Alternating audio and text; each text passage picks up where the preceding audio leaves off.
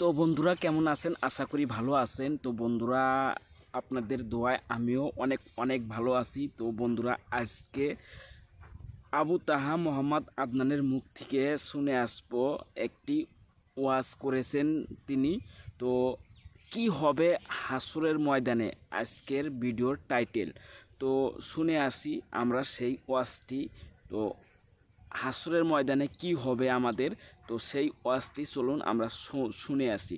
তো ভিডিও শুরু করার আগে আপনাদের একটাই রিকোয়েস্ট, অরিজিনাল ক্রিয়েটারের লিঙ্ক দেওয়া রয়েছে, ডিসক্রিপশন বক্সে লিঙ্ক দেওয়া রয়েছে, অবশ্যই গিয়ে সাবস্ক্রাইব করবেন। আর যদি আমার চ্যানেলটা সাবস্ক্রাইব করেন নাই, অবশ্যই আমার চ্যানেলটাকে সাবস্ক্রাইব করবেন।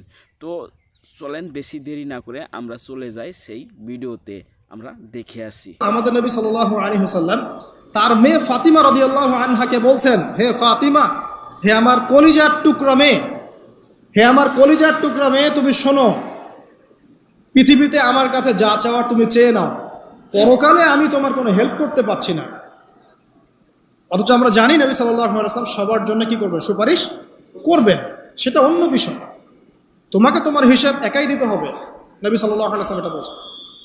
একদিন তিনি বাসায় ঢুকলেন, দেখছেন আয়েশা রাদিয়াল্লাহু আনহা কান্নাকাটি করছে। আয়েশা, আর বলে রাখি, আয়েশা রাদিয়াল্লাহু আনহা সম্পর্কে আমাদের নবীজি বলেছেন, তাকে প্রশ্ন করা হচ্ছে, আপনি পৃথিবীতে সবচেয়ে বেশি কাকে ভালোবাসেন? তিনি বলছেন আয়েশাকে। তারপরে কাকে ভালোবাসেন? আবু বকর। তারপর কাকে ভালোবাসেন? ওমর। কথা বুঝতে পারছেন? তো সেই আয়েশা রাদিয়াল্লাহু আনহা বাসায় কান্নাকাটি করছেন। তিনি বলছেন, কি জন্য কাঁদছো হে আয়েশা? আয়েশা রাদিয়াল্লাহু আনহা বলছেন, জাহান্নামের আযাবের ভয়ে আমি কাঁদছি। কি হবে ইয়া রাসূলুল্লাহ আমাদের শেষ হলো? তখন আল্লাহর নবী তার স্ত্রীকে বলছেন, যাকে তিনি সবচেয়ে বেশি ভালোবাসেন, তাকে বলছেন, তিনটা ক্ষেত্র বা তিনটা জায়গা আছে যখন পৃথিবীর কোনো মানুষকে চিনতে পারবে না পরকালে, এমনকি আমিও তোমাকে চিনতে পারবো না। সেটা কি? যখন এই যে মিজানের পাল্লাটা দাঁড় করানো, এই যে এটা ভারী হচ্ছে না হালকা হচ্ছে, এ সময় কেউ কাউকে চিনবে না, কারো কথা কারো মনে থাকবে না। যে গার্লফ্রেন্ডের জন্য আপনি জীবন দিচ্ছেন তার কথা আপনার মনে থাকবে না। যে স্ত্রী সন্তানের জন্য আপনি সারা জীবন দুর্নীতি করে গেলেন তার কথা আপনার মনে থাকবে না।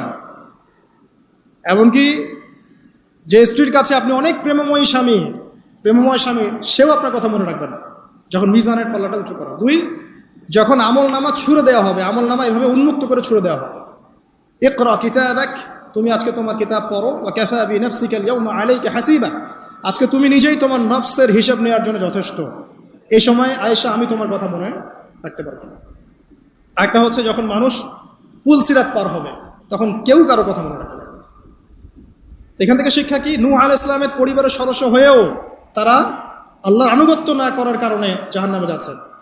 লূত আলাইহিস সালামের পরিবারের সদস্য হয়েও ঈমান না আনার কারণে তারা কি করছেন? জাহান্নামে যাচ্ছেন। আমাদের শিক্ষা হচ্ছে আমাদের পরিবারগুলোর, যে আমাদের এই বংশ, আমাদের এই যে টাকা পয়সা, স্ট্যাটাস, রং, হ্যাঁ, বাড়ি গাড়ি, পলিটিক্যাল পদ, কোনো কিছুই আমাদেরকে আল্লাহর আযাব থেকে বাঁচাতে পারবে না যদি আমরা প্রকৃত মুসলিম মুমিন না হতে পারি। তো পরিবারের সদস্যদেরকে আল্লাহ পাক ঈমানদার হওয়ার তৌফিক এনায়েত করুন। এবার আসেন সামনে, আরও সামনে যান, দেখেন ওই যে ইব্রাহিম আলাইহিস সালাম, মনে আছে? বাবা হচ্ছে ওই সমাজের সবচেয়ে বড় লিডারের ডানহাত, নমরুদের ডানহাত। সে হচ্ছে মূর্তি পূজারীদের সর্দার, মানে মূর্তি সে বানাতো, স্ট্যাচু মেকার। ইব্রাহিম আলাইহিস সালামকে আল্লাহ পাক ওই ঘরেই জন্ম দিয়েছেন যেখানে তার বাবা একজন শিরকের কাণ্ডারি। ইব্রাহিম আলাইহিস সালাম তাকে বোঝানোর চেষ্টা করলেন, বাবা এটা শিরক, এটা শয়তানের কাজ, এখান থেকে ফিরে আসো, আমি তোমার জন্য আল্লাহর কাছে দোয়া করবো ইত্যাদি। বাবা তার কথা শুনলো না।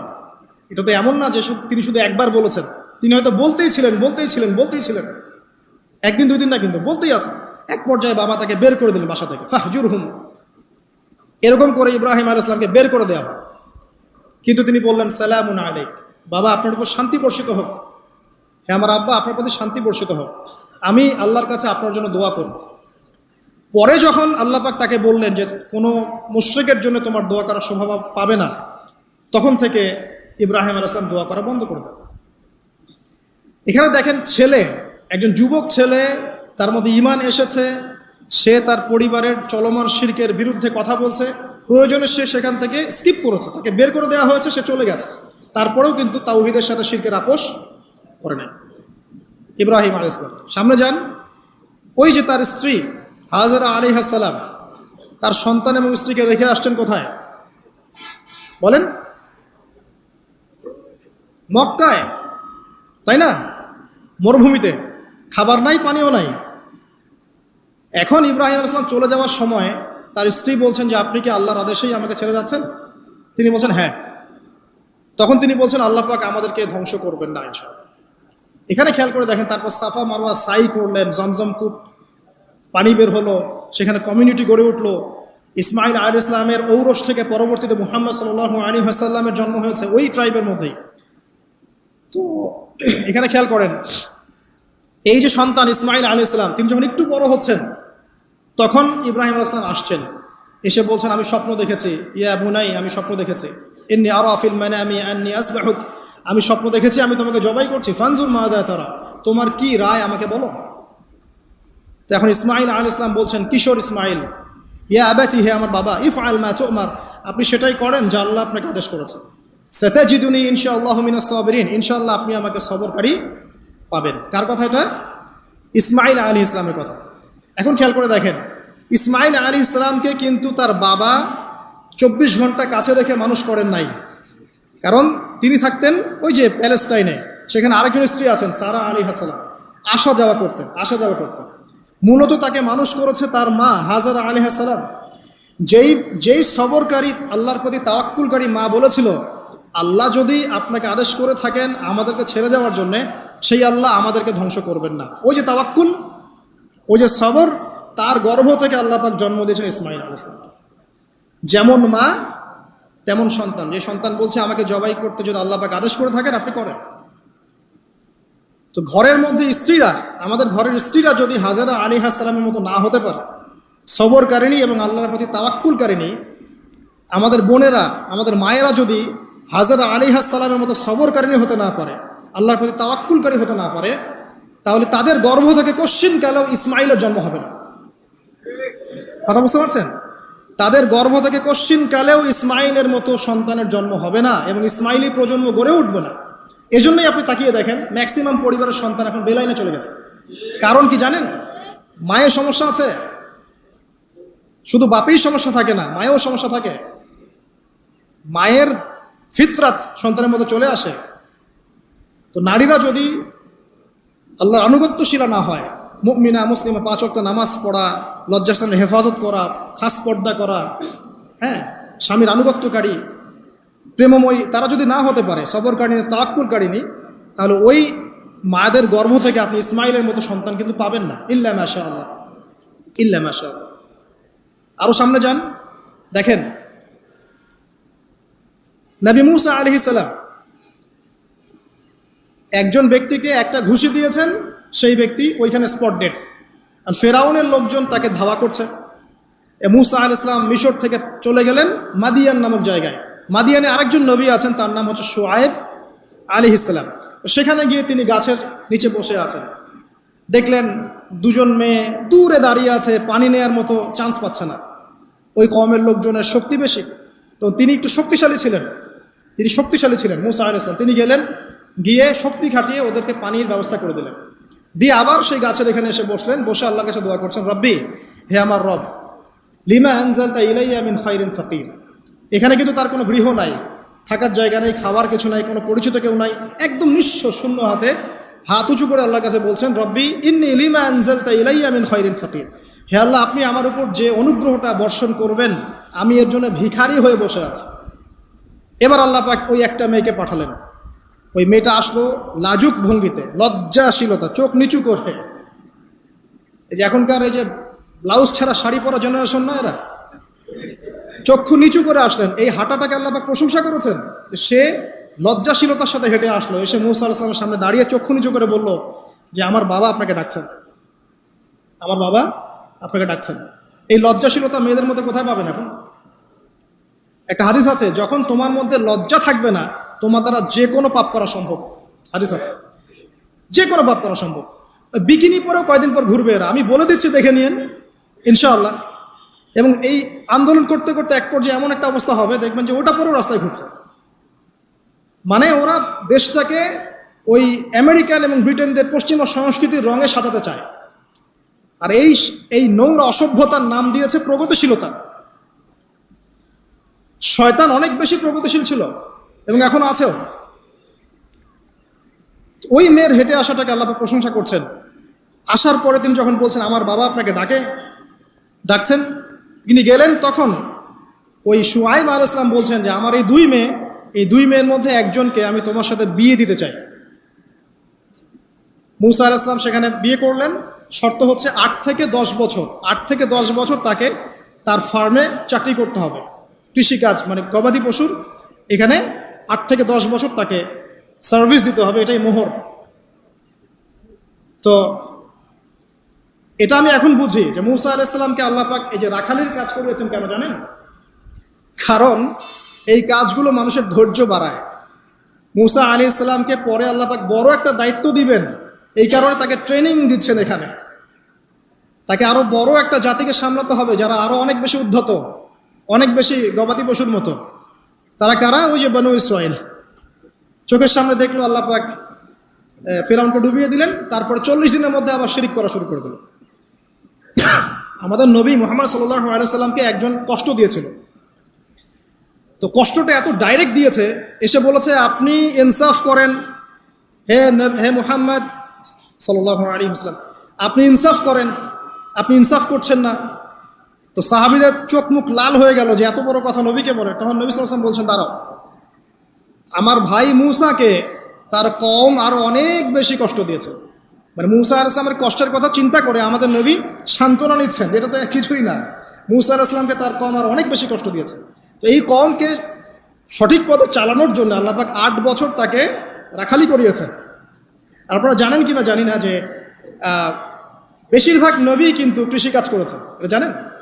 তো যারা কৃষিকাজ করছেন আপনারা এখানে নিজেকে হীনমন্যতায় ভোগার, ছোট মনে করার কোনো সুযোগ নাই। আপনি একটা নোবেল প্রফেশনের মধ্যে আছেন, খাঁটি প্রফেশনের মধ্যে আছেন, ঠিক আছে? তো দেখেন, এবার মূসা আলাইহিস সালাম একজন ভালো গার্ডিয়ান পেলেন, তার নাম শুআয়ব আলাইহিস সালাম। সেখানে বাড়ি পেলেন, সেখানকার জামাই, তিনি চাকরি করছেন, মানে তার সব কিছুই অনুকূলে। ওই যে দোয়া কিন্তু কবুল হয়ে গেল। সতী পুত পবিত্র একটা মেয়ে আল্লাহ পাক তাকে দিয়ে দিলেন। কারণ মূসা আলাইহিস সালাম ছিলেন অনেস্ট, মূসা আলাইহিস সালাম ছিলেন একটা সৎ ব্যক্তি, অনেস্ট, যিনি কখনো অশ্লীল কোনো পথে পা বাড়ান নাই। ঠিক তেমন একজন মেয়েকে আল্লাহ পাক তার জীবন সঙ্গিনী করে দিলেন। তাই আমাদের শিক্ষা হচ্ছে, আমরা যদি নিজেদেরকে পবিত্র রাখতে পারি, তোমাদেরকে বলছি ইনশাআল্লাহ তুমি তোমার জীবনে পুত পবিত্র নেককার স্ত্রী পাবে। কিন্তু তোমরা যদি এখনকার এইসব প্রলোভনে পড়ে জেনা, মদ, পর্ন, হাবিজাবি সব কিছুর মধ্যে ঢুকে যাও, মাদক ইত্যাদির মধ্যে, পুত পবিত্র নারী আসবে না। দেখবা যে এমন নারী তোমার জীবনে আসছে যে নিজেও পবিত্র না।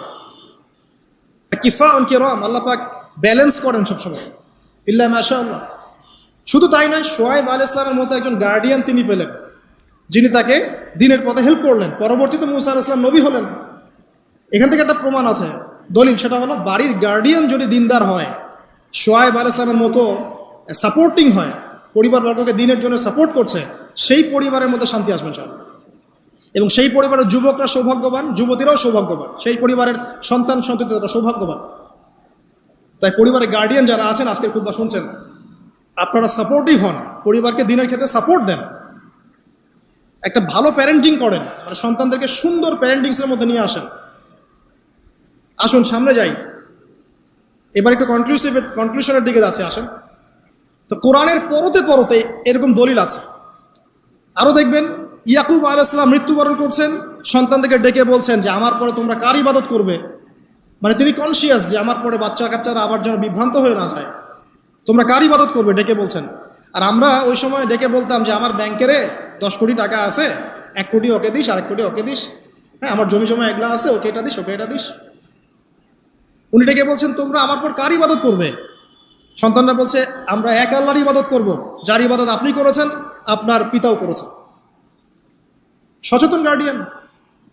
সামনে যান, আপনি দেখবেন ইউসুফ আলাইহিস সালাম, যিনি যে জেলখানায় বন্দী হলেন, পরে মিশরের খাদ্যমন্ত্রীর দায়িত্ব পেলেন, তার বাবা ইয়াকুব আলাইহিস সালাম কাঁদতে কাঁদতে চোখ অন্ধ হয়ে গেল।